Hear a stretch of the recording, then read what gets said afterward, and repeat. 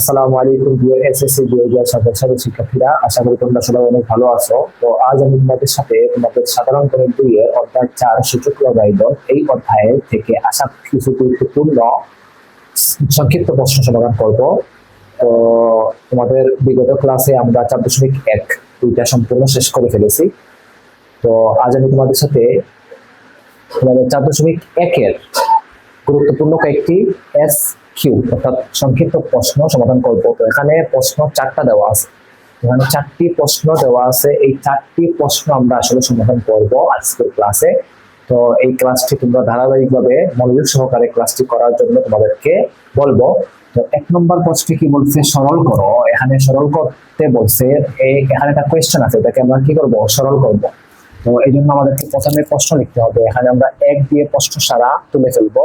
a to the power x divided by a to the power y, তার উপর two the পাওয়ার কি আছে, z আছে, তার সাথে গুণ আছে a to the power y divided by a to the power z, তার উপর পাওয়ার কি আছে, x আছে, এবং a to the power z divided by a to the power x, তার উপর টু দি পাওয়ার কি আছে, y আছে, তার সাথে যোগ অবস্থায় আছে কি, রুট ওভার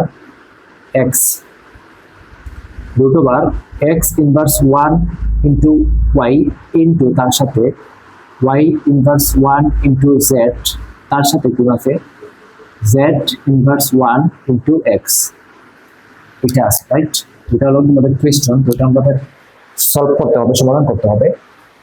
তো আমরা পরের লাইনে কি লিখতে পারি, আমরা জানি কি, বৃত্তি যদি একই হয় এবং ভাগ অবস্থায় থাকে তাহলে পাওয়ার বিয়োগ হবে। তো এখানে প্রত্যেক জায়গায় কি হবে, পাওয়ার বিয়োগ হবে। অর্থাৎ এখানে x মাইনাস ওয়াই, তার উপর z থাকবে, এখানে y মাইনাস z, তার উপর x থাকবে, এখানে z মাইনাস x, তার উপর y থাকবে। তারপর আমরা এখানে কি করব, আমরা জানি কি ইনভার্স থাকা মানে কি, এটা নিচে চলে যায়, 1 বাই নিচে চলে যায়। তাহলে y-টা উপরে লিখবো আমরা, আর x নিচে চলে আসবে, রুট ওভার জায়গা থাকবে। ঠিক এখানে z ডিভাইডেড বাই y থাকবে, রুট ওভার যেভাবে আছে ওভাবে, এখানেও x ডিভাইডেড বাই z চলে আসবে, রুট ওভার যেভাবে আছে ওভাবে থাকবে। আশা করি এই লাইনটা তোমরা বুঝতে পারছো। আমি তারপর রিপিট করি আবার, যেখানে y-টা উপরে চলে আসলো আর x ইনভার্স থাকার কারণে x-টা নিচে চলে আসলো, সেই z-টা উপরে থাকবে, y-টা ইনভার্স থাকার কারণে নিচে চলে আসবে, x-টা উপরে থাকবে, z-টা ইনভার্স থাকার কারণে নিচে চলে আসবে। তারপরে কি হবে, এখানে x মাইনাস y এর সাথে z-টা কি হবে, গুণ হবে। তো গুণ হলে কি হয়, x z minus y z।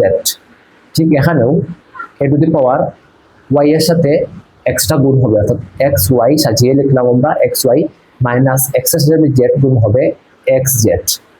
ঠিক একইভাবে এখানে z y x y, অর্থাৎ এখানে সাজিয়ে লিখলাম আমরা y z minus x y পাবো।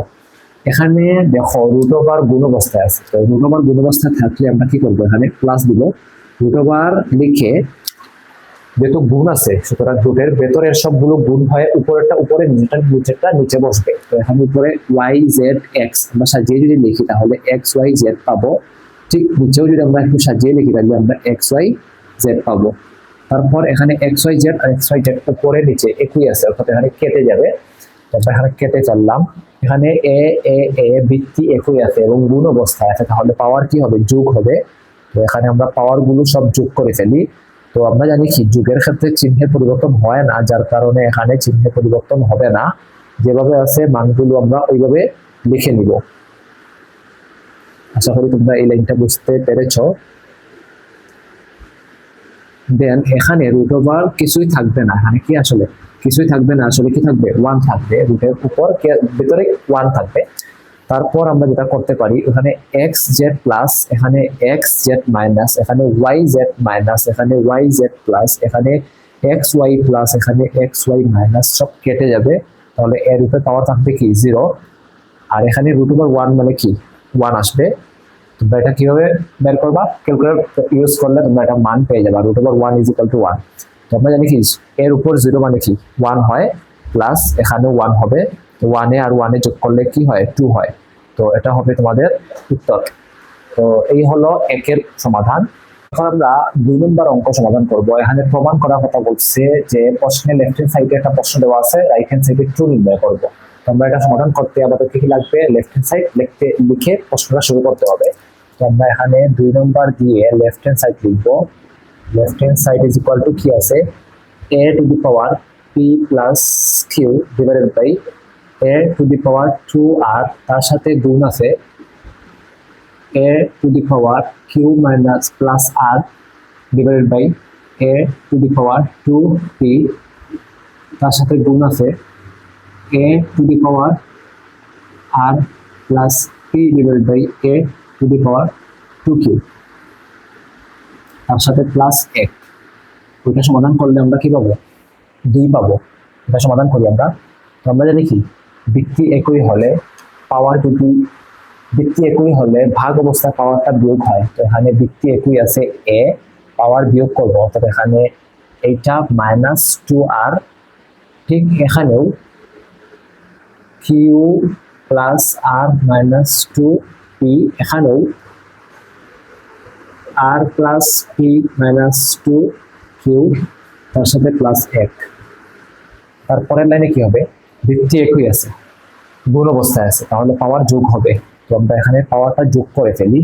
যোগের ক্ষেত্রে চিহ্নের পরিবর্তন হয় না, এটা আমরা সবাই জানি। তাহলে যেভাবে আছে ওভাবে লিখে নেই। আশা করি এই লাইনটা তোমরা বুঝতে পেরেছো। তারপর +1 যেভাবে আছে ওভাবে লিখে নিলাম। এখন এখানে দেখা যাবে যে p একটা প্লাস, এখানে p একটা প্লাস, দুইটা p প্লাস আছে আর এখানে দুইটা p মাইনাস আছে, তাহলে ওইটার সাথে ওইটা কি কেটে যাবে। ঠিক এখানে q প্লাস আছে, q প্লাস আছে, তাহলে একটা মিলে দুইটা প্লাস q, এখানে দুইটা মাইনাস q, তাহলে এটাও কেটে যাবে। ঠিক এখানে r কি আছে, প্লাস আছে, দুইটা r প্লাস আছে, এখানে দুইটা r কি আছে, মাইনাস আছে। তো আমরা বুঝতেই পারছি এখানে শূন্য হবে, পাওয়ার কি হবে, শূন্য হবে। আর a টু দি পাওয়ার শূন্য মানে কি, 1, আর এখানে আছে 1। তো 1 এ 1 এ আমরা যোগ করলে কি পাই, 2 পাই। আর এই 2টাই আমাদের রাইট হ্যান্ড সাইডে দেখাইতে বলছে, কি প্রমাণ করতে বলছে। আমরা প্রমাণ করতে পেরেছি।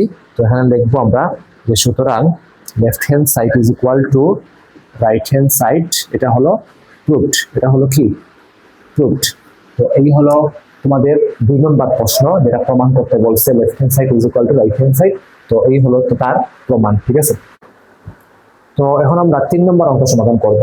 3 নম্বর অঙ্কে কি বলছে, একটা মান দিয়ে দিছে, একটা কিছু ভ্যালু দিয়ে দিছে, দিয়ে বলছে এর মান নির্ণয় করতে।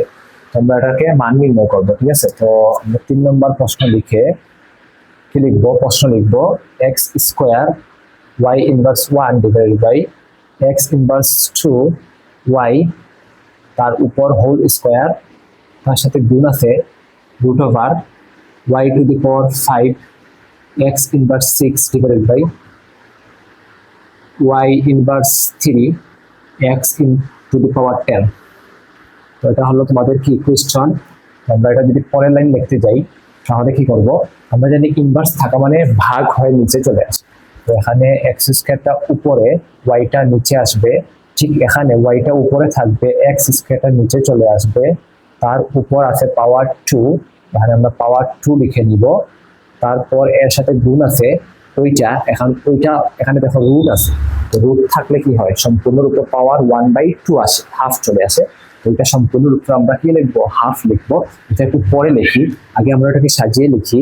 এখানে y টু দি পাওয়ার 5 আছে, তার নিচে ইনভার্স থাকার কারণে x6টা নিচে চলে আসবে, অর্থাৎ এখানে x6টা নিচে চলে আসবে। ঠিক এখানে x10টা উপরে, আর ইনভার্স থাকার কারণে y3টা নিচে চলে আসলো। আশা করি এই লাইন বুঝতে পেরেছো। তার উপর আমরা লিখতে পারি পাওয়ার হাফ, তার উপর আমরা লিখতে পারি পাওয়ার হাফ। তো এই লাইন লেখার পরে আমরা যেটা করতে পারি, এটার সাথে এটা ভাগ আছে, অর্থাৎ আমরা ওইটাকে প্রথমে লিখি, ওইটাকে ভাগ না দিয়ে গুণ দিব, অর্থাৎ এখানে সংখ্যার পরিবর্তন হবে। আমরা এটা সবাই জানি, আমরা যত ক্লাসগুলোতে পড়ে আসছি।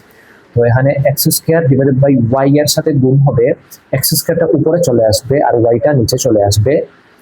তার উপর পাওয়ার আছে 2, আমরা 2 দিব, তার সাথে গুণ আছে এখানে, এটাও ঠিক এখানে যেভাবে করছি এটাও এখানে এভাবে করব। y to the power 5 divided by x to the power 6 এর সাথে গুণ হয়ে y কিউব নিচে x টু দি পাওয়ার 10 চলে আসবে, তার উপর হাফ। তো আশা করি এই লাইনটাও তোমরা বুঝতে পেরেছো। তারপরে কি হবে, x স্কয়ার গুণ হয়ে যাবে x to the power 4, y এ গুণ হয়ে যাবে y স্কয়ার, তার উপর পাওয়ার আছে 2 ইনটু এখানে y কি আছে টু দি পাওয়ার 5 এখানে আছে y কিউব। তো এটা আসলে কি হয়, ভিত্তি একই হলে পাওয়ার দুটো যোগ হয়, এখানে 5 এ আর 3 এ যোগ হলে 8 হয়, ঠিক এখানে 6 এ আর 10 এ যোগ হয়ে যাবে 16। আশা করি এই লাইনটা তোমরা বুঝতে পেরেছো। তো আর উপরে কি আছে, পাওয়ার হাফ আছে, তো এটা লিখে নিলাম। তারপর এখানে আমরা কি করতে পারি, x টু দি পাওয়ার 4 এ আর 2 এ গুণ করলে হয়ে যাবে 8, y টু দি পাওয়ার 2 এ আর 2 এ গুণ করলে হয়ে যাবে কি 4, তো আমরা এখানে 4 লিখব। ঠিক এখানে y টু দি পাওয়ার 8 তার পাওয়ার কি আছে, হাফ আছে, হাফ থাকার কারণে এখানে y টু দি পাওয়ার 4 হয়ে যাবে। এখানে x টু দি পাওয়ার 16 টা হাফ হয়ে যাবে কি x টু দি পাওয়ার 8। এখানে 16 মানে কি, এখানে 16 এর সাথে হাফটা গুণ না, 8 এর সাথে হাফটা গুণ না। আমরা যদি এখানে 8 এর সাথে হাফটা গুণ করি বা 16 এর সাথে হাফটা গুণ করি, তাহলে আমরা কি পাবো, একটু লক্ষ্য করে দেখো, কাটাকাটি যাবে।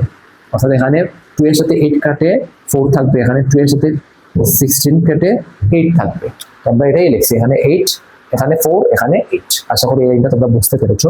তো এখানে x টু দি পাওয়ার 8 গুণ আছে, এখানে x টু দি পাওয়ার 8 ভাগ আছে, এখানে y টু দি পাওয়ার 4 ভাগ আছে, এখানে y টু দি পাওয়ার 4 গুণ আছে, তো কেটে যাবে। তো কেটে থাকবে কি আসলে 1 থাকবে, আর এটাই হবে এর সমাধান। ঠিক আছে, তো উত্তর আমরা লিখতে পারি কি, অ্যান্সার লিখতে পারি আমরা 1। তো এই হলো 3 নম্বর অঙ্কের সমাধান। আশা করি তোমরা সবাই এই অঙ্কটা বুঝতে পেরেছো। তো এখন আমরা অঙ্ক নাম্বার 4 অর্থাৎ 4 নম্বর অঙ্কে চলে যাব, যেখানে প্রমাণ করার কথা বলছে যে left hand side is equal two right hand side. তো অর্থাৎ লেফট হ্যান্ড সাইডে যেই সংখ্যাটা বাইর হবে, যেই উত্তরটা বাইর হবে, রাইট হ্যান্ড সাইডেও ঠিক একই উত্তরটা বের হতে হবে। তো আমরা এটা প্রমাণ করি। তো প্রমাণ করার জন্য আমাদেরকে লেফট হ্যান্ড সাইড ধরে আমাদেরকে প্রশ্ন লিখতে হবে। তো আমরা এখানে 4 নম্বর দেই, 4 নম্বর দিয়ে আমরা সমাধানটা করে ফেলি। তো left hand side is equal to, আমাদের লেফট হ্যান্ড সাইডের প্রশ্নে কি আছে, y to the power a divided by y to the power b, তার উপর পাওয়ার কি আছে, তার উপর পাওয়ার আছে a প্লাস b, তার সাথে ইনটু আছে y to the power b divided by y to the power c, তার উপর পাওয়ার কি আছে b plus c, y to the power c divided by y to the power a, তার উপর power কি আছে c প্লাস a। এই হলো তোমাদের কোয়েশ্চন। তো এটাকে আমরা সমাধান করব। তাহলে সমাধান করার জন্য আমরা যেটা করতে পারি, এটা আমরা জানি কি ভিত্তি একই এবং ভাগ থাকলে পাওয়ার বিয়োগ হয়। তো এখানে y to the power a minus b লিখব। কিভাবে, ওই a আর b টা মাইনাস হয়ে গেল, উপরে পাওয়ার আসবে a প্লাস b। ঠিক এখানেও y to the power b minus c লিখে কিভাবে, b আর c টা কি হবে, মাইনাস হবে, তার উপর প্লাস b প্লাস c আছে। ঠিক এখানেও y to the power c minus a, তার উপর পাওয়ার হবে c প্লাস a, রাইট। এই লাইনটা আমরা আশা করি বুঝতে পেরেছি। তারপরে যেটা হবে, আমরা দেখতে পাচ্ছি একটা মাইনাস একটা প্লাস, একটা মাইনাস একটা প্লাস, একটা মাইনাস একটা প্লাস। তো একটা মাইনাস একটা প্লাস থাকলে কি হয়, a square minus b square হয়। আমরা জানি a square minus b square is equal two a plus b a minus b। তো এটাকে আমরা এভাবে সাজাতে পারি যে y to the power a square minus b square, এখানেও y to the power a square minus b square, এখানে a বলতে b আর b বলতে c কে বোঝানো হয়েছে। তো এখানে আমরা a square minus b square বলতে b square minus c square লিখবো। ঠিক এখানেও a square minus b square বলতে a বলতে c আর b বলতে a কে বোঝানো হয়েছে। তো এখানে a square minus c square b square বলতে এখানে a c square minus a স্কয়ারটাই হবে, c স্কয়ার মাইনাস a স্কয়ারটাই হবে। তারপরে কি করবো, আমরা ভিত্তি একই হলে পাওয়ার কি হয়, যোগ হয়। আমরা এটাকে ভিত্তি একই রেখে পাওয়ারকে যোগ করে দিব। যোগের ক্ষেত্রে চিহ্নের পরিবর্তন হয় না, যার কারণে আমরা যোগ লিখে সংখ্যা যেভাবে আছে ওভাবে লিখে নিব। তারপর দেখো এখানে a স্কয়ার প্লাস এখানে a স্কয়ার মাইনাস কেটে যাবে, c square minus c square plus কেটে যাবে, b square plus b square minus কেটে যাবে। অর্থাৎ এখানে বোঝাই যাচ্ছে যে y টু দি পাওয়ার 0 আসবে পাওয়ার, আর y টু দি পাওয়ার 0 মানে কি 1। তো এটা হলো তোমাদের লেফট হ্যান্ড সাইড। তো আমরা যদি রাইট হ্যান্ড সাইড বের করি তাহলে কি পাবো, আমরা এখানে আবার দিয়ে লিখবো কি, right hand side is equal two, right hand সাইডে কি আছে, a টু দি পাওয়ার কি আছে p, তার উপর পাওয়ার কি আছে q plus r, sorry q minus r, তার সাথে গুণ আছে a to the power q, তার উপর পাওয়ার r minus p into a to the power r two the power p minus q। তো এটা হলো তোমাদের কি কোয়েশ্চন।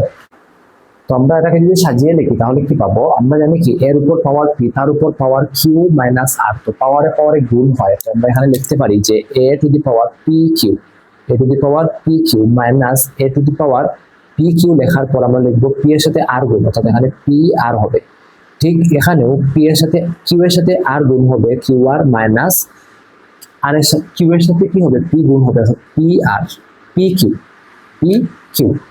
তো এটা লিখবো। তারপর এখানে কি করব, এখানে এ টু দি পাওয়ার আর এর সাথে পি আর কিউটা গুণ হবে, তো আর এর সাথে পি গুণ করলে হয় পি আর মাইনাস আর এর সাথে কিউ গুণ করলে হবে কিউ আর। আশা করি এইটা তোমরা বুঝতে পেরেছো। তারপরে আমরা যেটা করব, আমরা জানি কি বৃত্তি একই এবং গুণ থাকলে পাওয়ার যোগ হয়, তো এখানে বৃত্তি একই আছে, পাওয়ার সব যোগ হবে। আর আর আমরা জানি যোগের ক্ষেত্রে চিহ্নের পরিবর্তন হয় না, সুতরাং আমরা যেভাবে আছে মাইনাস দিয়ে এভাবে লিখে নিব, এখানে প্লাস হবে মাইনাস, এভাবে যেভাবে আছে এভাবে থাকবে। তো আমরা তারপরে লাইনে কি করতে পারি, এখানে পি কিউ আছে কি প্লাস, এখানে পি কিউ আছে মাইনাস কেটে যাবে, পি আর আছে মাইনাস, এখানে পি আর আছে প্লাস, কিউ আর এখানে প্লাস, কিউ আর এখানে মাইনাস, সব কেটে গেল। তো এখানে থাকবে কি পাওয়ার জিরো, আর পাওয়ার জিরো মানে কি one, power A to the power zero মানে কি ওয়ান। তো লেফট হ্যান্ড সাইডে আমরা ওয়ান পাইছি, রাইট হ্যান্ড সাইডে আমরা ওয়ান পাইছি, তাহলে আমরা লিখতেই পারি যে সুতরাং left hand side is equal two right hand side, যেহেতু প্রমাণ করতে বলছে সুতরাং এখানে প্রুফ লিখবে, রাইট। তো এই হলো 4 নম্বর অঙ্কের সমাধান। তো আশা করি তোমরা এই চারটির সমাধান তোমরা বুঝতে পেরেছো। তো আজকের ক্লাস এতটুকু থাকবে, আমরা আগামী ক্লাসে তোমাদের এই অধ্যায়ের অর্থাৎ 4.1-এর কিছু সৃজনশীল প্রশ্ন সমাধান করব। তো সেই পর্যন্ত তোমরা সবাই ভালো থাকবা, সুস্থ থাকবা। আসসালামু আলাইকুম।